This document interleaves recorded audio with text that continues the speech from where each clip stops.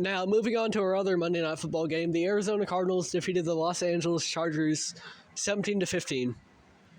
To start off with the Chargers, their quarterback, Justin Herbert, has got off to a slower start than what we're used to seeing from him. I mean, in his second year, I believe it was, Tom Brady threw 5,000 yards, but you know who else did? Justin Herbert. And typically that's a number that we only see from elite quarterbacks. And obviously, you know, there's the added game now. But Herbert can air it out. In this game, he did have 349 yards, but also no passing touchdowns, right? So for Herbert, it's just been quite a slow start from a guy that we've kind of grown accustomed to putting up good stats. And the argument against Herbert has always been that he's not really been a winner in this league. But hey, at least he's had the stats, you know, for the Herbert believers. But this year, there hasn't been a lot of both. The Chargers have kind of been a middling team, and Herbert's production has also been a little bit mediocre. That really just kind of comes down to the coaching change. They don't need the ball in Herbert's hands all the times. And, you know, maybe that's going to contribute more to winning over time. However, it also hasn't really done that for the Chargers. So I think they're kind of in a position of purgatory at this point. They've got 3 wins and 3 losses. And typically, you might say, hey, if they go on a little winning streak, that's all right. They can go off and make the playoffs. You know, if they win a couple games here and there, and then win a couple games in a row, and then after that, you can kind of be a middling team again, and hey, you're set for the playoffs. But for the Chargers, those wins came against Las Vegas, Denver, and Carolina. Those are not impressive teams to beat by any stretch of the imagination. And that Carolina team, that was when Bryce Young was still was still starting for them, you know, before Andy Dalton came in for a couple weeks and started lighting it up. So those are not impressive wins. And their losses are a little bit more excusable, but still not majorly, because the Cardinals aren't a great team. Pittsburgh has got off to a good start to the year, but in general, you know, they are a top-tier team. And the Chiefs are really the only loss that the Chargers have had that you can 100% say, yeah, they should have lost that game. That makes perfect sense. For the other ones, you know, it makes a little bit of sense, but there's still a case to be made for the Chargers in those losses.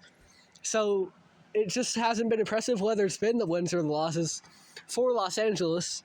And they're just really stuck in purgatory because new coach Harbaugh comes in, and it hasn't really been much of a change. Because for the Chargers, we've seen in years past, they were stuck in the middle, and they get a new coach, and they kind of want to get out of that. They want to go to the playoffs, and they want to maybe make a run, not choke in the playoffs. And at this rate, they're not going to make the playoffs, and they're just stuck in mediocrity once again. They're stuck in purgatory once again for the Los Angeles Chargers. I don't know what you do at this point. I think you've kind of got to wait out the season, see how it goes, and then you can really make some decisions. And for the Chargers as well, another key point in this purgatory is that Herbert doesn't really have a top wide receiver on the team because they went and traded away Keenan Allen. And so, you know, now it's like guys like Quentin Johnson who got off to a solid start to this year, but last year he wasn't very impressive. It's been better this year, but now he's been dealing with some injuries. So for the Chargers, you know, you've got this good to great young quarterback, but you trade away his top weapon, and also Mike Williams is gone. So you get rid of his top 2 weapons, and now he doesn't have as many people to throw the ball to, and now his production's going down, and your team success has just been about the same. So it's like you're trying to rebuild your wide receiver core while you've still got a quarterback that can deliver them the ball in spades when he has the opportunity, and you've got a new head coach that's coming to a 3-3 record. And so for the Chargers, you're stuck in purgatory. And that's what they wanted to get out of when they brought Harbaugh in. When they decided, hey, we're going to let Justin Herbert, we believe in Quentin Johnson, we're going to let Justin Herbert throw it to him. That's going to be the wide receiver 1, right? Ekeler's gone as well, right? So you're kind of going into the middle of a rebuild with a quarterback that's still probably right now in his prime based on the numbers we've seen from years past from him.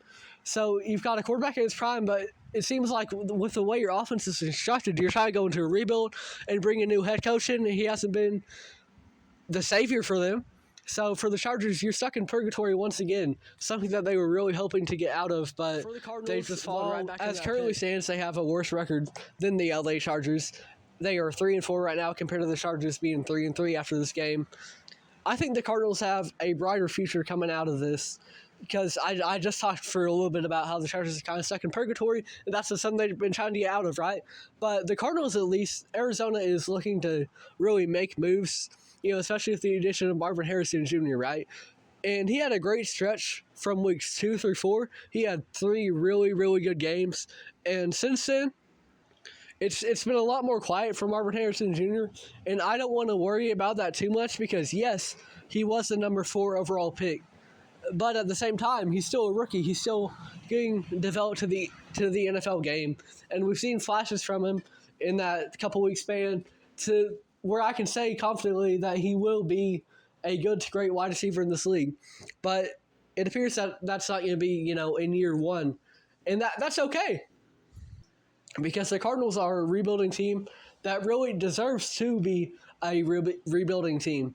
Because Kyler Murray, you aren't entirely sure if he's the guy. He's been good for them this year. But, with the charges for Herbert, it's kind of clear that you want to build around Justin Herbert, and yet you still kind of go on a rebuild with the offense.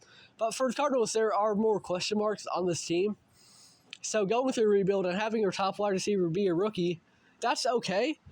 And one can argue it's not even really a full rebuild because Harrison was a highly talented prospect and expected to do good right away. So for the Cardinals, whether it is a rebuild or whether it's just more of a retool, which I kind of see it more as because, once again, Kyler, you have more question marks about him than you do Herbert, but I think he's the guy for the Cardinals.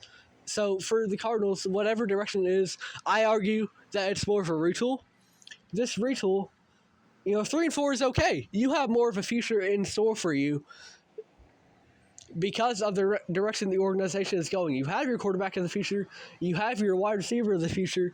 You just need to fill in the gaps. The Chargers, they actively created gaps, right? They traded away Keenan Allen.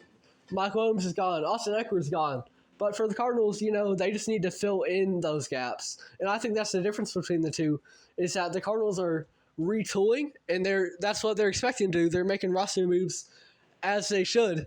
And for the Chargers, they are not making the roster moves that they should in terms of what they are trying to do. And that is more so win now, because you've got Justin Herbert. And for the Cardinals, you've got Kyler, but you need to put a little more around him, so you want to retool. And so really a 3-4 record isn't too bad because it keeps you in playoff contention. If you win a couple games, you could kind of try to make a run of that. But hey, if you don't, guess what? You're going to have a solid pick, maybe not a top pick in the draft, but you have a solid pick. So for Cardinals, I think in this win, obviously it wasn't a pretty win, 17-15, but I do think that they have a brighter future in store for them with Kyler Murray, with Marvin Harrison Jr. They just got to fill in some of the gaps.